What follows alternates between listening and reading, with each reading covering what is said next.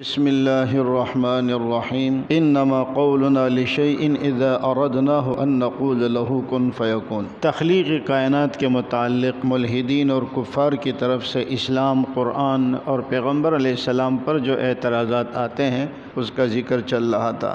آج آپ کو کچھ اصول سمجھانے ہیں تاکہ ان اصولوں کے تحت آپ ان سوالات کے جوابات سمجھ سکیں۔ پہلی بات تو یہ ہے، جیسے میں نے اس دن بھی عرض کیا تھا، تین چیزیں ہیں، ایک ہے واجب، ایک ہے ممکن اور ایک ہے ممتنع۔ واجب کا مطلب کیا ہے؟ یہ وہ والا واجب نہیں ہے جس کو ہم کہتے ہیں نماز میں اتنے واجبات ہیں۔ واجب کا مطلب یہ ہے کہ جس کا ہونا ضروری ہو اور نہ ہونا جائز نہ ہو، جیسے کہ دو دو چار۔ اب جب بھی دو دو ہوں گے تو چار کا ہونا لازم ہے، اس کو کہتے ہیں واجب، اس کے خلاف ہو ہی نہیں سکتا۔ جب بھی دو دو آئیں گے تو جواب چار آئے گا، جواب تین یا پانچ کبھی بھی نہیں آئے گا، اس کو کہتے ہیں واجب۔ دوسرا ہے ممتنع۔ ممتنع کیا ہے؟ کہ جس کا وجود ہی نہ آ سکے، جیسے دو اور دو پانچ کبھی بھی نہیں ہو سکتے، اس کو کہتے ہیں ممتنع۔ تیسری چیز ہے ممکن۔ ممکن کا مطلب کیا ہوتا ہے؟ کہ جس کا ہونا بھی برابر ہو اور جس کا نہ ہونا بھی برابر ہو، جسے ہم اردو میں کہتے ہیں ہو سکتا ہے، یا جس کے لیے ہم اردو میں کہتے ہیں ممکن ہے، یا ہم کہتے ہیں شاید، یعنی ہو بھی سکتا ہے اور نہیں بھی ہو سکتا۔ مثال کے طور پر آپ کو کسی نے کہا کہ آج میں نے سنا ہے کہ امریکہ سے ایک جہاز اڑا ہے اور 4 گھنٹے میں پاکستان پہنچا ہے، تو آپ کیا کہیں گے؟ ممکن ہے۔ سائنس نے اتنی ترقی کی ہے کہ اب وہ ہو سکتا ہے 4 گھنٹے میں پہنچو۔ سعودیہ سے جہاز چلا ہے اور آدھے گھنٹے میں پہنچا ہے، آپ کہیں گے ممکن ہے، ہو سکتا ہے کہ ایسا کوئی جہاز بنا لیا گیا ہو جو اتنی تیز رفتاری کے ساتھ چلے۔ لیکن آپ نے یہ نہیں کہا کہ آیا ہے، آپ نے کیا کہا؟ ممکن ہے، یعنی ہو سکتا ہے کہ آیا ہو اور ہو سکتا ہے کہ نہ آیا ہو۔ تو جو ممکن ہوتا ہے، ممکن میں دونوں طرف برابر ہوتا ہے، ہو سکتا ہے کہ ہوا ہو اور ہو سکتا ہے کہ نہ ہوا ہو۔ تو جب اس کے ہونے پہ دلیل آ گئی تو اب آپ کو ماننا پڑے گا کہ یہ ہوا ہے۔ مثال کے طور پر اللہ تعالیٰ نے آسمان بنائے ہیں۔ اب ملحد سوال پوچھتا ہے کہ آسمان کہاں ہے؟ یہ جو ہمیں نظر آ رہا ہے یہ آسمان ہے یا کوئی اور ہے؟ 7 زمینیں ہیں، 7 زمینیں کہاں ہیں اور کیسی ہیں؟ تو اب آپ بتائیں کہ 7 آسمانوں کا بنانا، 7 زمینوں کا بنانا، یا مرنے کے بعد برزخ کے احوال کا ہونا، پل صراط کا ہونا، جنت اور جہنم کا ہونا، یہ ان تینوں قسموں میں سے کون سی قسم میں داخل ہے؟ واجب میں ہے، ممتنع میں ہے یا ممکن میں ہے؟ تو یہ ممکن میں ہے۔ جب ممکن میں ہے تو پھر مطلب کیا ہے؟ ہو سکتا ہے کہ ہوا ہو سکتا ہے کہ نہ ہوا ہو۔ لیکن جب ہمیں سچی خبر کے ذریعے پتہ چلا کہ یہ ہوا ہے تو اب ماننا پڑے گا کہ یہ ہوا ہے، ورنہ پھر آپ اس کی نفی پر دلیل پیش کریں۔ جو چیز ممکن ہوتی ہے تو ممکن میں دونوں جانب برابر ہوتے ہیں، اور جب اس کے ہونے پر دلیل آ جائے تو اس کا مطلب یہ ہے کہ وہ کام ہوا ہے۔ یا تو آپ اس دلیل کو توڑ دیں یا اس کی نفی پر دلیل پیش کر دیں کہ یہ نہیں ہوا۔ جب نہ تو آپ اس دلیل کو توڑ رہے ہیں، نہ اس کی نفی پر دلیل پیش کر رہے ہیں اور انکار کر رہے ہیں، تو اس کو ضد اور عناد کہا جائے گا۔ یہ حقیقت میں انکار کی وجہ نہیں ہے۔ تو بہت ساری چیزیں ایسی ہیں کہ وہ چیزیں ممکنات میں ہے اور ملحد اس کو نہیں مانتا، حالانکہ اس پر دلیل آ چکی ہے۔ یا تو آپ دلیل پر جرح کریں یا اس کے خلاف دلیل پیش کریں۔ نہ دلیل پر جرح کر سکتے ہیں، نہ خلاف دلیل پیش کر سکتے ہیں، اور کیا کہتے ہیں کہ جی میں اس کا انکار کر رہا ہوں، تو ہم کیا کہیں گے؟ یہ آدمی ضدی ہے۔ تو اگر یہ اصول آپ کو سمجھ آ گیا تو بہت سارے سوالات کا جواب خود بخود ہو جائے گا کہ ممکنات میں اگر کسی بات پر دلیل قائم ہو جائے تو پھر اس بات کو تسلیم کرنا آپ پر لازم ہو جائے گا۔ دوسرا اصول، علم کے حاصل ہونے کے جو ذرائع ہیں وہ 3 ہیں۔ 3 ذرائع ایسے ہیں کہ جس کے ذریعے آپ کو کسی چیز کا علم حاصل ہو سکتا ہے۔ پہلا ذریعہ حواس 5۔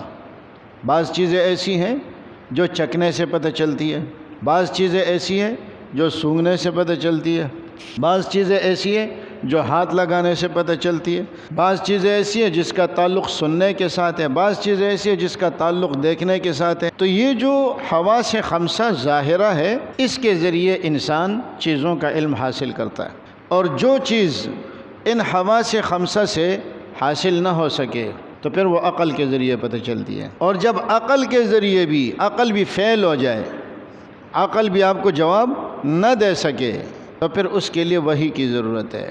مثال کے طور پر آپ نے ایک شخص کو دیکھا، آنکھوں سے پتہ چلا کہ ماشاءاللہ صحت مند ہے، پہلوان ہے، بہت خوبصورت کپڑے پہنے ہوئے ہیں، شکل و صورت بھی بڑی اچھی ہے۔ یہ کس سے پتہ چلا؟ آنکھوں سے۔ قریب گئے تو آپ کو خوشبو آئی، آپ سمجھ گئے اس نے فلاں خوشبو لگائی ہوئی ہے۔ یہ کس سے پتہ چلا؟ سونگھنے سے۔ آپ نے ان سے ہاتھ ملایا تو پتہ چلا کہ اس کو بخار ہے۔ یہ کس سے پتہ چلا؟ ہاتھ لگانے سے۔ تو یہ ہے حواس ظاہرہ، یہ آپ کو سونگھنے سے پتہ چلا، دیکھنے سے پتہ چلا، بولنے سے پتہ چلا، ہاتھ لگانے سے پتہ چلا وغیرہ۔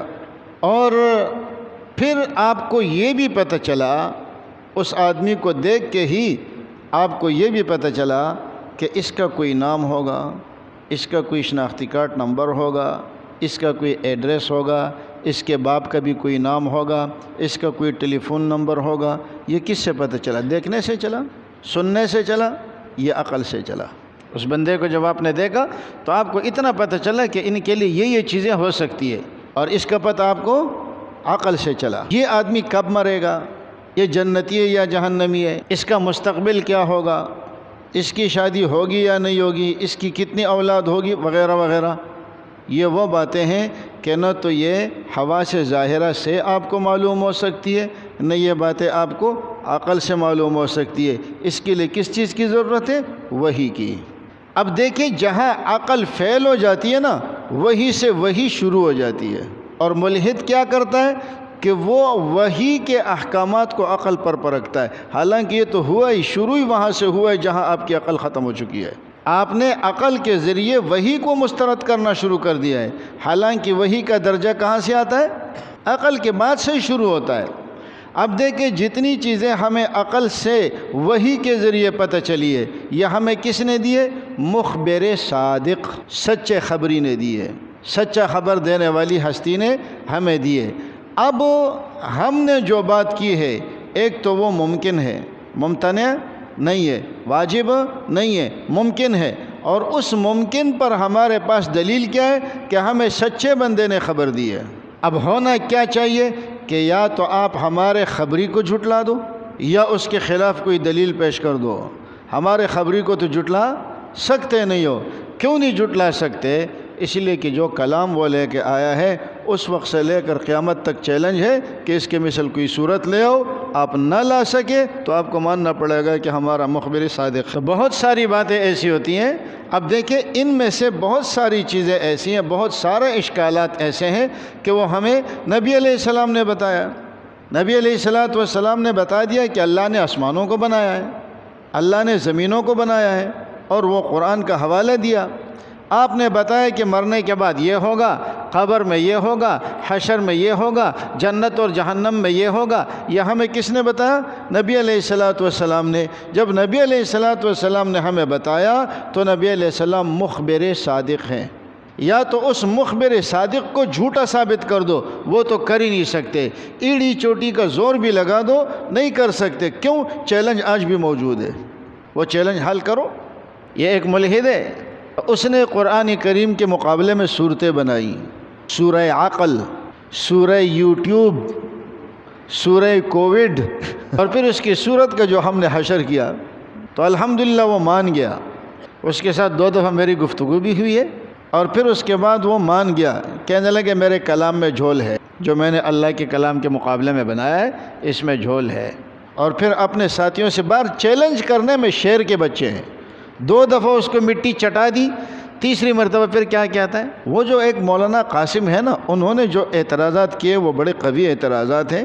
ہمارا ان سے گزارش ہے کہ وہ تیسری مرتبہ پھر تشریف لائے۔ مقصد کیا ہوتا ہے کہ کوئی مولوی آ جائے، قادیانیوں کا بھی یہی ہے، قادیانی ہوگا 2 روپے کا نہیں ہوگا، چیلنج کرے گا بڑے بڑے مفتیوں کو، بڑے بڑے مولویوں کو، اور وہ آ کے بات کرے گا، شور مچائے گا، پھر اپنے چینل پہ ڈالے گا، دیکھو ہم نے مفتی صاحب سے مناظرہ کیا اور مولوی صاحب ہار گئے، ہم نے مولوی صاحب سے مناظرہ کیا اور مولوی صاحب ہار گئے۔ یہی روش یہ ملحدین کی بھی ہے۔ اس لیے بڑے علماء وہ ان کے چینلوں پہ نہیں جاتے، اور ہم جیسے چھوٹے موٹے کبھی کبھی گزر بھی جاتے ہیں۔ تو بہرحال بہت ساری چیزیں ایسی ہیں جو ممکنات میں سے ہیں اور اس پر دلیل قائم ہے۔ یا تو میرے مخبر کو جھوٹا ثابت کر دو، اور وہ کب ہوگا؟ کم از کم ایک صورت بنا لو، قرآن کریم کے مقابلے میں ایک صورت بنا لو۔ تو اس نے کہہ دیا جی میں نے قرآن کی چیلنج کو قبول کر لیا ہے اور میں صورت بنا رہا ہوں۔ تو ہندوستان کا ہے، تو کیا صورت بنائے گا؟ تجھ سے بڑے بڑے عرب جو عربی زبان کے بڑے ادیب اور بڑے شاعر تھے وہ مان گئے ما ھذا کلام البشر، تو کون ہے کہ تو اس کے مقابلے میں صورت بنائے گا؟ اسی طرح یہ آپ کو دو اصول بتائے۔ پہلا اصول کیا تھا کہ ممکن کے لیے جب دلیل آ جائے یا تو آپ دلیل کو توڑیں یا اس کو مان لیں۔ دوسرا اصول کیا بتایا کہ مخبر صادق جو خبر دے دے یا تو اس پر جرا کریں، نہیں کر سکتے تو مخبر صادق کی خبر کو ماننا پڑے گا۔ اسی طرح ایک بات یہ ذہن میں رکھیں کہ علم کے حصول کے جو ذرائع ہیں، یہ بڑی اہم بات بتا رہا ہوں، اللہ کرے سمجھ آ جائے۔ علم کے حصول کے جو ذرائع ہیں، اگر کسی ایک ذریعے سے آپ کو علم حاصل ہوا تو آپ کا یہ مطالبہ کرنا کہ نہیں اگر مجھے اس ذریعے سے بھی پتہ چلے تو پھر میں مانوں گا ورنہ نہیں۔ مثال کے طور پر آپ نے پھل چکھا، آم چکھا، وہ میٹھا تھا تو پتہ چلا نا کہ میٹھا ہے۔ وہ آپ سے کہہ رہے کہ بھائی یہ میٹھا ہے، آپ کہتے ہیں میں نہیں مانتا، وہ کہتے ہیں چکھ کے دیکھیں۔ آپ نے چکھ کے دیکھا، آپ کو بھی لگا کہ میٹھا ہے، آپ کہتے ہیں نہیں اگر مجھے دیکھنے سے پتہ چلے کہ میٹھا ہے تو مانوں گا ورنہ چکھنے سے نہیں مانوں گا۔ بیوقوفی ہے یا نہیں ہے؟ یا مجھے سونگھنے سے پتہ چلے کہ میٹھا ہے، یا مجھے ہاتھ لگانے سے پتہ چلے کہ میٹھا ہے۔ بھائی میٹھے کا پتہ آپ کو چکھنے سے ہی لگے گا، وہ ہاتھ لگانے سے نہیں لگے گا۔ تو جب کسی ایک ذریعے سے علم حاصل ہو گیا، اب اس ذریعے کو چھوڑ کر دوسرے ذریعے سے سوال کرنا یہ جہالت اور حماقت ہے۔ اب دیکھیں مخبر صادق نے خبر دے دی، اب کو اس مخبر صادق کے جھٹلانے پر آپ کے پاس کوئی دلیل نہیں ہے، آپ اس کو جھٹلا نہیں سکتے، لیکن آپ کیا کہتے ہیں اگر مجھے عقل سے سمجھ آئے گا تو میں مانوں گا۔ بات سمجھ میں نہیں آئی؟ بھئی آپ کو مخبر صادق نے خبر دے دی، یا تو اس خبری کو جھوٹا ثابت کر دو، نبی کو جھوٹا ثابت کر دو، تو جھوٹا ثابت کر نہیں سکتے، لیکن کیا کہتے ہیں اگر عقل میں آئے گا تو میں مانوں گا ورنہ تو نہیں۔ بھائی علم کے ذرائع میں سے جب ایک ذریعے سے آپ کو پتہ چل گیا، اب اس کے بارے میں یہ سوال کرنا کہ اگر عقل میں آئے گا تو میں مانوں گا، یہ سوال ایسا ہی ہے جیسے کسی کو آپ نے چکھا دیا اور چکھانے کے بعد وہ کہتے ہیں ٹھیک ہے چکھانے میں تو آپ نے چکھا دیا، لیکن اگر مجھے ہاتھ لگانے سے پتہ چلے کہ میٹھا ہے تو میں مانوں گا ورنہ چکھنے کو نہیں مانوں گا۔ کتنا بڑا دھوکہ دے رہے ہیں۔ ہماری روش کیا ہے کہ ہم پر جو بھی بندہ سوال کرتا ہے ہم اس سوال کا جواب ڈھونڈنا شروع کر دیتے ہیں، حالانکہ پہلے اس سوال کی پوزیشن کو دیکھ لیا کریں۔ اچھا، اب تخلیقی کائنات پر جو اشکالات ہیں ان میں سے ایک اشکال یہ بھی ہے کہ اللہ تعالیٰ نے کسی کو امیر بنایا، کسی کو غریب بنایا، کسی کو خوبصورت بنایا، کسی کو بدصورت بنایا ہے، کسی کو طاقتور بنایا، کسی کو کمزور بنایا ہے، کسی کو صحت مند بنایا، کسی کو مریض بنایا ہے۔ کیوں؟ ایک بات یاد رکھیں، اللہ کے بارے میں جب کیوں کا سوال آئے نا تو اس کا مختصر اور آسان جواب، اللہ نے 7 آسمان اور زمین 7 کیوں بنائے؟ اللہ رب العزت نے کسی کو امیر اور کسی کو غریب کیوں بنایا؟ جب بھی کیوں کا سوال آ جائے نا تو وہاں ضابطہ یاد رکھے، اللہ کی ذات کون سی ہے؟ لا يسأل عما يفعل وهم يسألون۔ اللہ جو کرتا ہے ان کے بارے میں کسی کو سوال کرنے کا حق نہیں ہے، اور لوگ جو ہیں ان کے بارے میں ان سے پوچھا جائے گا۔ تو اللہ اپنے کاموں میں ان سے کیوں کا سوال نہیں ہوتا۔ مثال کے طور پر میں کہتا ہوں اللہ نے مجھے پٹھان کیوں پیدا کیا، آپ کو پنجابی کیوں پیدا کیا، آپ کو سرائکی کیوں پیدا کیا؟ تو اس کا جواب ہم کیا دیتے ہیں؟ یہ اللہ کی قدرت ہے، اس میں دخل اندازی نہ کرو، لا يسأل عما يفعل۔ لیکن حکمت یہاں بھی ہے، اللہ رب العزت نے آسمانوں اور زمینوں کو 6 دن میں کیوں پیدا کیا؟ تو جواب کیا ہے کہ اللہ کے لیے کیوں کا سوال نہیں کیا جاتا۔ یہ مطلب نہیں ہے کہ جوابات نہیں ہیں، جوابات ہیں۔ اللہ نے امیر اور غریب کیوں بنایا؟ اصل میں ملحد کی نظر دنیا کی زندگی پر ہے، وہ کہتا ہے جو امیر ہے وہ کامیاب ہے، جو غریب ہے وہ ناکام ہے۔ مسلمان کی نظر یہاں پر نہیں ہے، مسلمان کے یہاں کامیابی کا مدار کچھ اور ہے، اور اس کے لیے آپ کو کئی آزمائشوں سے گزرنا پڑتا ہے۔ امیر کے لیے بھی آزمائش ہے کہ وہ شکر کرتا ہے یا ناشکری کرتا ہے، غریب کے لیے بھی آزمائش ہے کہ وہ صبر کرتا ہے یا کفر کرتا ہے۔ دوسری بات کہ اگر اللہ سب کو امیر بنا دیتے تو آپ کو کوئی ملازم اور مزدور ملتا؟ یہ جو مزاربت والا اسکینڈل ہو گیا تھا نا، اس میں بہت سارے مولوی صاحبان آ گئے تھے۔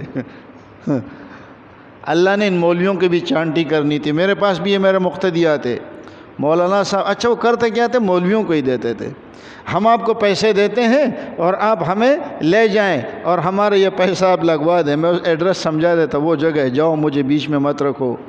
کیوں؟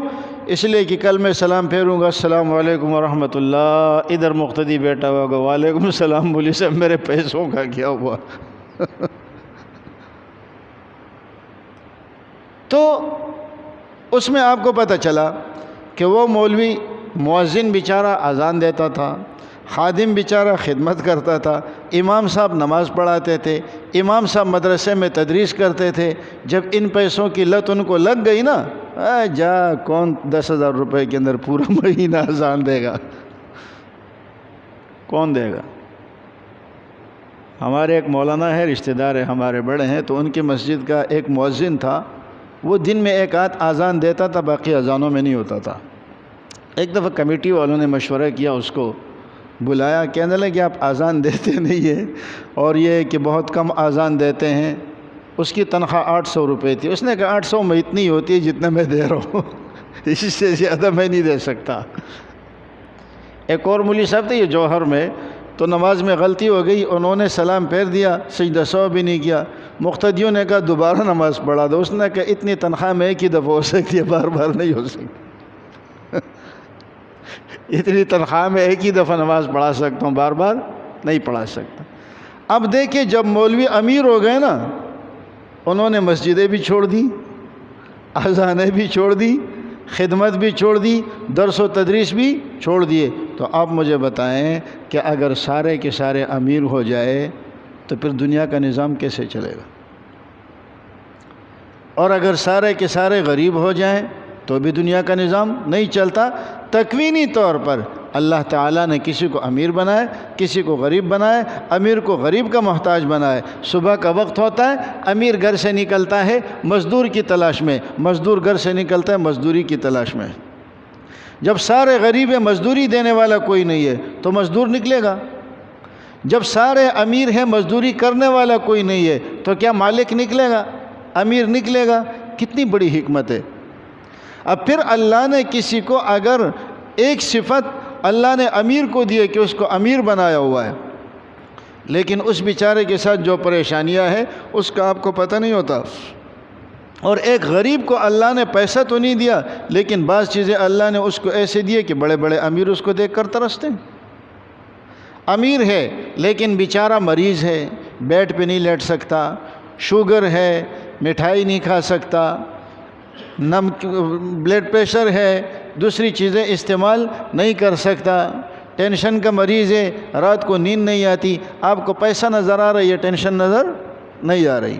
دوسری طرف غریب آدمی ہے، اور بیچارہ چھت کی بھرائی کر رہا ہے، سخت گرمی ہے، پسینے میں شرابور ہے، لفٹ اوپر گئی ہے، واپس آنے کا انتظار ہے، وہ بجری کے اوپر سویا خراٹے لگا رہا ہے۔ دیکھیں یہ اللہ کی حکمتیں۔ اول تو سوال کرنا ہی اللہ کے متعلق یہ درست نہیں ہے، لیکن اگر آپ نے کر لیا ہے تو اس کے جوابات بھی ہمارے پاس موجود ہیں۔ اچھا، پھر ایک اشکال یہ کرتے ہیں کہ اللہ نے اس کائنات کو کیوں بنایا؟ کیا ضرورت تھی اس کائنات کو بنانے کی؟ آپ تو کہتے ہیں کہ اللہ تعالیٰ اس بات کے محتاج نہیں ہے کہ ہم اس کی عبادت کریں، ہماری عبادت سے اللہ کو کوئی فائدہ نہیں ہے۔ یہ جو کائنات بنائی ہے بڑے جھنجھٹ میں ہمیں ڈال دیا۔ اب یہ ہے کہ آخرت کی بھی ٹینشن ہے، قبر کی بھی ہے، حشر کی بھی ہے، روزے بھی رکھ رہے ہیں، فلاں بھی کر رہے ہیں۔ بہتر یہ تھا کہ کائنات بناتے ہی نہ، اپنے توحید میں تھے، اپنے توحید میں ہیں، اپنے توحید میں ہوں گے۔ تو اس کائنات کو بنایا کیوں؟ ایک بات یاد رکھیں، جب کسی شخص کے اندر کوئی صفت ہوتی ہے نا تو اس صفت کا اظہار ضروری ہوتا ہے۔ جب تک آپ اس صفت کا اظہار نہیں کریں گے لوگوں کو پتہ نہیں چلے گا۔ میں اپنے مولوی حضرات سے کہتا ہوں کہ مساجد میں درس دیا کرو۔ آپ بہت بڑے عالم ہیں، آپ مفسر قرآن ہیں، آپ محدث ہیں، ماشاءاللہ علوم آپ کو اللہ نے بہت سارے دیے ہیں، لیکن آپ کے مقتدی کو پتہ نہیں ہے۔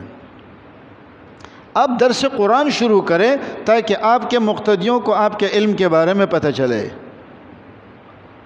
جب تک آپ درس نہیں دیں گے آپ کے علم کا پتہ نہیں چلے گا، جب تک آپ جمعہ نہیں پڑھائیں گے آپ کے علم کا پتہ نہیں چلے گا۔ پھر آپ کہتے ہیں کہ مقتدی جو ہے نا ہماری عزت نہیں کرتے۔ بھائی آپ اپنی عزت کی کوئی بات تو سمجھا دو نا ان کو تاکہ پتہ چلے۔ تو معلوم ہوا کہ اگر کسی میں کوئی صفت ہو تو اس صفت کا اظہار ضروری ہے، ورنہ پتہ نہیں چلے گا کہ آپ میں یہ صفت ہے۔ مثال کے طور پر آپ کہتے ہیں کہ فلاں بچہ قرآن بہت اچھا پڑھتا ہوگا، لیکن کبھی ہمارے سامنے نہیں پڑھا تو ہمیں نہیں پتہ۔ اب جب وہ پڑھے گا تو پتہ چلے گا نا، جب وہ پڑھے گا نہیں تو پتہ کیسے چلے گا؟ تو جب کوئی صفت ہوتی ہے کسی کے اندر تو اس صفت کا اظہار کیا ہوتا ہے؟ ضروری ہوتا ہے۔ تو اللہ کی جو صفات ہے ان میں سے ایک صفت خالق بھی ہے۔ اللہ کی صفات میں سے ایک صفت خالق بھی ہے، اور خالق کا معنی کیا ہے؟ پیدا کرنے والا۔ تو اگر اللہ اس کائنات کو پیدا نہ کرتا تو اللہ کی صفت کا اظہار کیسے ہوتا؟ یہ عقل کی باتیں ہیں۔ اب ماننا پڑے گا کہ اللہ میں ایک صفت ہے، اور وہ صفت کیا ہے؟ خالق۔ یہ ایک صفت ہے۔ یہ کب پتہ چلے گا کہ اللہ خالق ہے؟ کہ جب اللہ رب العزت پیدا کریں گے تو پتہ چلے گا۔ ایک صفت ہے مصور، صورت بنانے والا۔ اگر اللہ صورت نہیں بنائے گا تو آپ کو کیسے پتہ چلے گا؟